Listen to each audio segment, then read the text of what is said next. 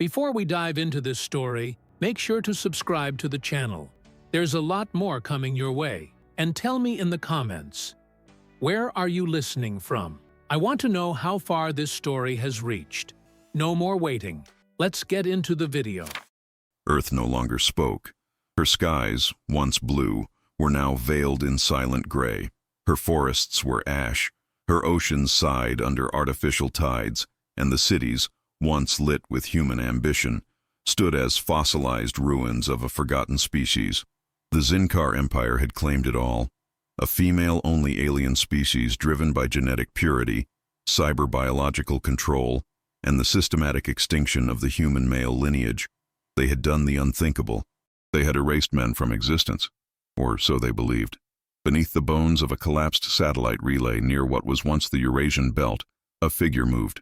His breath was ragged, filtered through a salvaged respirator that reeked of rust and rubber. His coat, patchworked from the banners of fallen nations, trailed behind him like the memory of flags no one saluted anymore. His name was Luka, and he was the last man on Earth. He had never known a world with fathers. He had no brothers. He had lived hidden, hunted, and haunted his entire life, a ghost with skin. The Zyn'kar patrols, sleek and unrelenting, combed the dead zones with hybrid hounds bred to detect the impossible, a Y chromosome. And yet, Luka survived, not through strength but by memory, by instinct, by fear. That fear found him again beneath the cracked spine of a fallen communications tower. A patrol had picked up his scent, 3 hovercrafts, 5 hybrid enforcers, and 1 unarmed figure in pale bio-armor with luminous veins, a female hunter, tall, graceful, one of them. Luka turned to run, but his foot caught on a broken rail. Metal screamed as he fell. He looked up to see the hunter level a plasma lance directly at his chest. And then, she stopped. Her golden eyes blinked once, twice. The weapon trembled in her hand. She was different. Her name was Sari, a lab-grown hybrid born not of tradition, but of necessity, a mix of alien precision and human adaptability. She had been designed to locate the last male remnants and deliver their genes to the Queen's genopit. She was not supposed to question, not supposed to hesitate, not supposed to feel, but when she saw Luka, she did. The hive's neural link buzzed in her skull. Target confirmed. Terminate or transmit. Her heart beat once, a thunder she had never noticed before. She lowered the weapon. Luka didn't breathe. "Run," she said. Her voice was synthetic, cold, but the word was human. He blinked. "Run!" He did, and to his disbelief, she turned and fired at her own patrol. Plasma bolts erupted across the snow. Smoke bloomed in pulses of blue fire. Sari darted after Luka, shouting access codes into encrypted panels, leading him through a crevice he never would have found alone. They plunged into darkness, a long-forgotten resistance tunnel beneath the Arctic ice shelf. Old Earth tech blinked to life as Luka's presence triggered biometric authentication. Ancient systems hummed, then a holographic projector buzzed awake.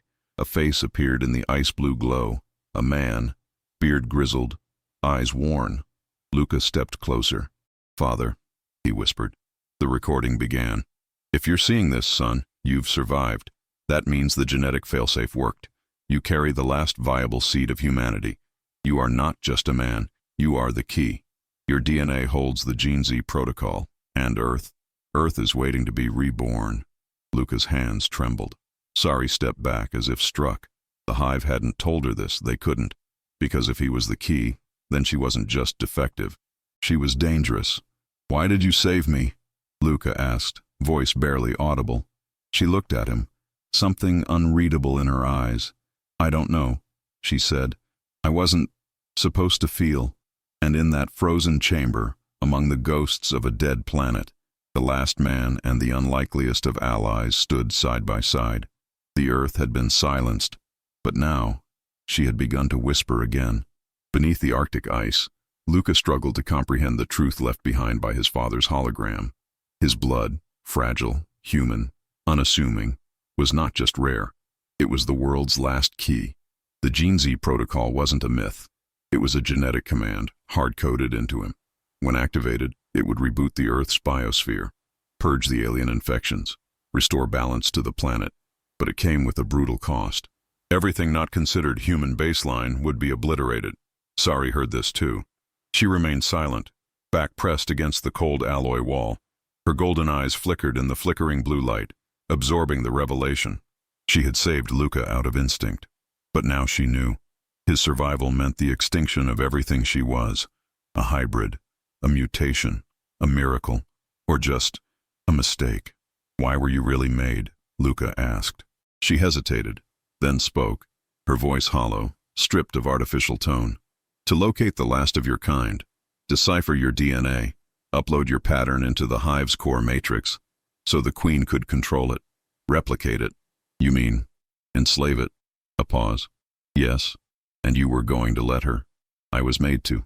"But you didn't." She looked away. In the silence that followed, distant echoes rose through the tunnel, the haunting wail of hive drones. They had found the anomaly. Found him. Sari spun, accessing a hidden panel behind the hologram platform. Her bioskin interface lit up, and a section of the wall opened, revealing a long shaft carved deep into the earth. "This leads beneath the colmea," she said, "to the central core, the queen's chamber." Luka tensed. "You want to bring me to her?" "I have to. You said you chose me." "I did." She stepped closer. "And now I have to choose again." They descended for what felt like hours. The shaft narrowed, glowing faintly with organic circuitry pulsing beneath the walls, arteries of the hive. The air changed, became humid, alive. Then came the sound, not mechanical, not even technological. Breathing. The hive breathed. The colmea matriarchy was not a place. It was a being, grown, not built. A living cathedral of bone and fiber, pulsating with ancient Zyn'kar song code. Every chamber resonated with the heartbeat of billions of connected minds. Every wall whispered obedience. Luka's presence disrupted everything, and she felt it too. The Queen Mother was waiting. They emerged into the chamber of origins.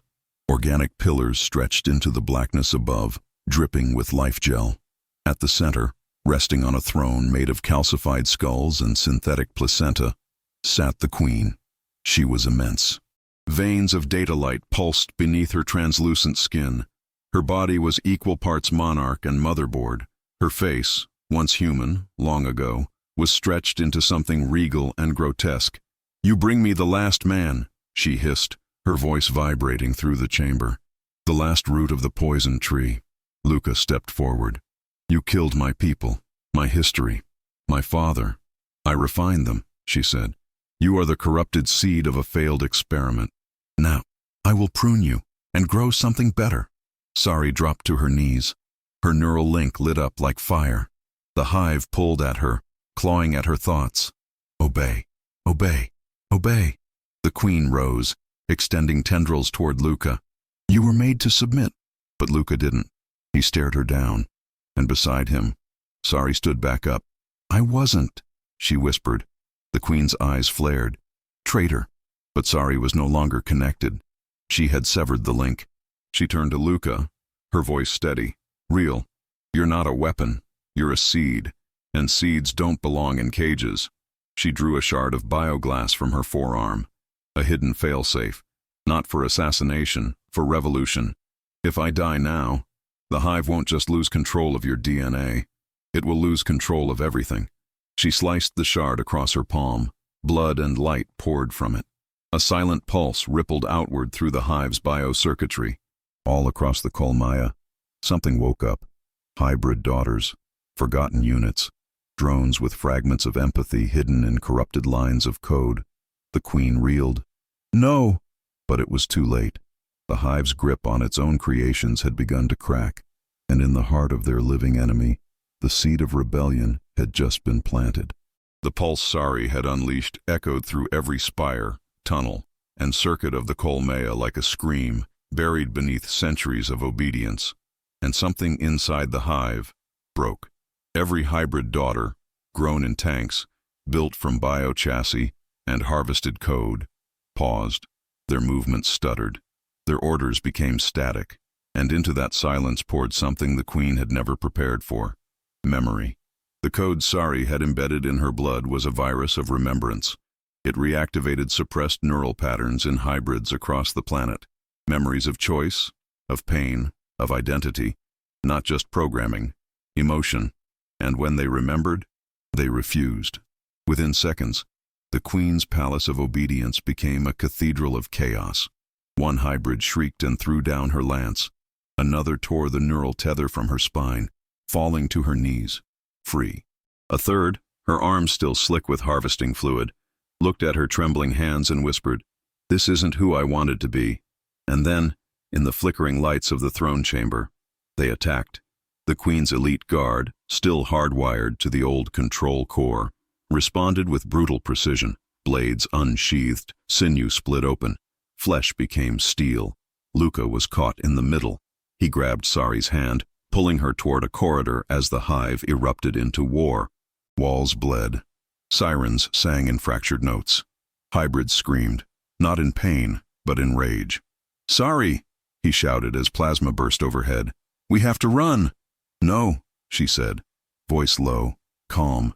"We have to finish it." The corridor opened into a great hall, the core womb, where generations of Zyn'kar were bred. Long glass sacks hung from the ceiling like glowing cocoons, each holding unborn hybrids bathed in liquid stasis. It was beautiful, horrifying, a future that would never be free. Luka stood frozen, breath caught. "They're still alive," he whispered. "No," Sari said. "They're still waiting, waiting to be told who to be." The Queen's voice boomed through the walls, no longer composed, no longer divine.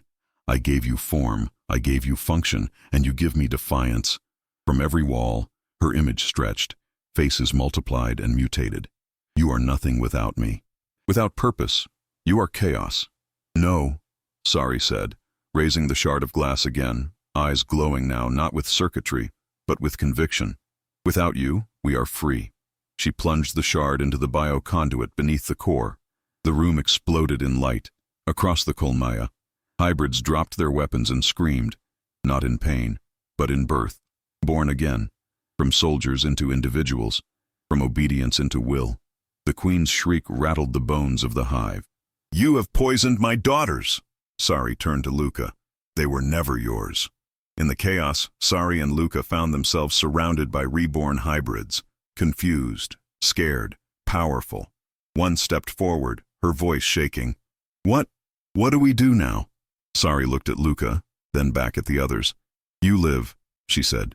"You choose. You build the world we were denied." Another tremor rocked the chamber.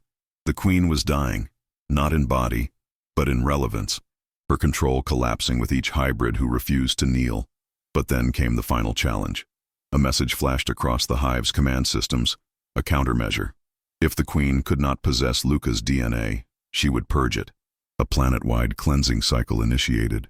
The hive would flood Earth's surface with nanoplague, burn all organic life that hadn't submitted. Sari turned to Luka. "There's only one way to stop it now." "The GeneZ protocol," he said. She nodded. "But it will kill everything not coded as baseline human," he whispered. "Including—" "I know," she said, stepping closer. "It'll kill me." She touched his face. "I'm not asking you to choose me. I'm asking you to choose Earth." Luka's hands trembled. Around him, hybrid daughters wept, some for freedom, some for fear. He stared at the collapsing hive, then looked into the eyes of the one who should have been his executioner, the one who became his hope, and he knew. If Earth was to rise again, this fire must consume everything. They arrived at the vault as the world screamed behind them. The ancient resistance bunker, hidden beneath the tundra ice and fortified with pre-collapse shielding, was untouched by Zyn'kar sensors. It had waited in silence for over 4 decades, like a seed beneath frost, for this moment. The vault doors opened for Luka alone, not because of who he was, but because of what he carried. The chamber beyond pulsed with dormant life, overgrown servers, gene tanks powered by geothermal veins, and at its core, a silver pedestal embedded with the crystalline console known only by the inscription GeneZ Initiation Point. Luka approached it slowly, Sari at his side. Her body was beginning to fail. The hive's retraction signal had begun to corrupt her blood. The closer they got to the core, the more her hybrid code destabilized. Veins flickered beneath her skin. Her breath came shorter. She didn't show fear. "I don't want to do this," Luka said, staring at the console. Not if it means losing you. Sari smiled, weak but warm. You're not losing me. You're planting me. In memory. I could find another way. No, she said gently.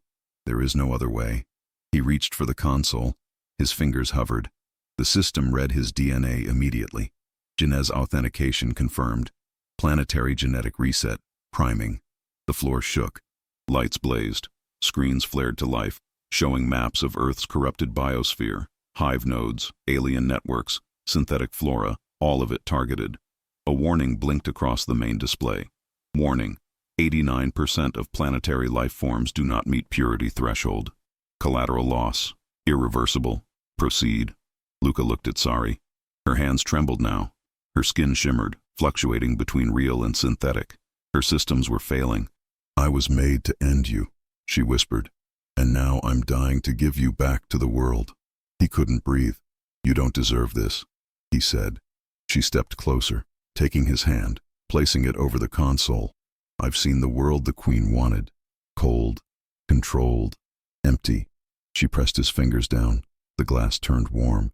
And I've seen the world you dream of. Messy, beautiful, free. Tears slipped from Luka's eyes. Not for himself, for her. I love you, he said, voice broken. She smiled. Then let me become the soil that grows your tomorrow. With a soft beep, the GeneZ protocol accepted the command, activating a tremor, a pulse. Then, light, blinding, white, ancient. It spread from the core, through the veins of the planet, not as an explosion, but as a renewal, a purification. Hive structures turned to ash. The skies opened. Polluted oceans hissed, then cleared. Earth exhaled for the first time in generations. And the hybrids vanished. The Queen's last scream echoed into silence. Her throne dissolved. The Colmea collapsed like a dying star. Above the Arctic, clouds split apart, revealing a sun that no longer filtered through acid and ash, but shone clean, golden, and eternal. And deep in the chamber, Luka fell to his knees. Sari was gone. Only her pendant remained, a crystalline locket etched with the spiral symbol of the first hybrid womb. It pulsed once, then dimmed. Luka held it in his palm and wept, not in sorrow, in gratitude. Outside, the earth bloomed. Forests burst from the bones of cities. Rivers cleansed themselves. The sky, once thick with carbon and sorrow, turned blue again. The human genome, restored and uncorrupted, spread through rebirthing vaults seeded across the planet by the old resistance. Cryogenic embryos, DNA libraries, and stored minds awakened. The species would not end. It would begin again. Inside the vault, Luka sat in a regeneration pod. The console had preserved him, dormant, sustained, and safe. Not just a survivor, a founder. He dreamt of her, of a smile that broke the cycle, of hands that rewrote fate. And in the quiet hum of the earth beneath him, the world remembered her. The earth healed in silence. Years passed, maybe decades. The timeline blurred in the aftermath of the GeneZ reset. But time didn't matter. What mattered was that Earth was alive again. Forests clawed their way up the skeletons of fallen skyscrapers. Rivers, once clogged with hive slime and heavy metals, now ran clear over old battlefields. The bones of war were slowly buried beneath moss and bloom. No hive, no queen, no hybrids, only life and memory. At the edge of a vast plain where once a megacity stood, a hatch slid open from beneath the earth. Steam hissed into the morning air. From the underground vault, a man stepped forward. He was no longer the hunted, no longer the last. Luka emerged under a sky untouched by drones or patrol ships. His lungs filled with clean air for the first time in what felt like 100 lifetimes. His skin felt the warmth of a real sun, not filtered through cloud shields or pollutant veils. He was reborn, but he was also alone. The preservation chamber had kept him in deep regenerative stasis while Earth rebuilt itself, seeded by his genetic code and pre-collapse human embryos. The resistance had left fail-safes, birthing centers, AI midwives, education hubs buried beneath old resistance outposts. A second chance, built upon the dream of the first. And now, it was beginning. In the distance, Luka saw movement. A child. No, several. And beside them, walking slowly, confidently, a young man. His features were familiar, the shape of Luka's jaw, the fire in his eyes, but his skin glowed slightly with an iridescent hue, and around his neck hung something Luka never thought he'd see again. Her pendant. Sari's. The boy approached, older than the others, maybe 19, maybe 20. He carried himself like a leader, shoulders square, steps purposeful. Luka stood frozen as the young man halted in front of him. Neither spoke for a moment. Then, the boy smiled. "Hello." Luka's voice cracked. "Your name?" "Kale," he answered. "Captain of the Astra 1, first vessel of the Earthborn Starfleet." Luka's eyes widened. "Starfleet?" Kale nodded. Behind him, the others watched. Children, scientists, pilots. A new humanity where no longer fragmented, no longer prey. "We've reclaimed the orbital rings," Kale continued. "Repaired the Terra core, stabilized the atmosphere, and now, we're ready." Luka's heart pounded. "For what?" "To return to the stars," Kale said. "To find what's left of the colonies, to share what Earth has become, and to make sure the Zyn'kar never rise again." Luka's gaze dropped to the pendant. "Where did you get that?" Kale touched it gently. "My mother gave it to me, before she went into the light." Luka's breath caught. "She survived?" Kale shook his head softly. "Not exactly. She made sure I would." There were no more words. Luka embraced him, not like a father, not like a savior, like a seed recognizing its bloom. Later, atop a ridge overlooking the reborn Earth, Luka watched as humanity's first post-war starship ignited its engines. The Astra 1 rose with thunder and light, climbing through golden clouds into the cold sea of stars. He saw them through the cockpit windows, young, strong, determined, the children of a dream, descendants of extinction and sacrifice. And at the helm, Kale stood proudly, hands on the controls. On the console in front of him, a hologram flickered, a preserved image of Sari, eyes golden, expression soft. The voice that echoed in the cabin wasn't automated. It was her. "Remember why you fly. Remember who burned for your sky." As the ship left the atmosphere, Luka remained behind, not because he couldn't go, but because the Earth still needed a guardian. He walked into the forest, his feet crunching over roots that had sprouted from dust. The wind kissed his face, and for the first time in generations, the Earth didn't whisper. It sang, a song of renewal, of love not permitted, but chosen, of two broken things that found each other and remade the world.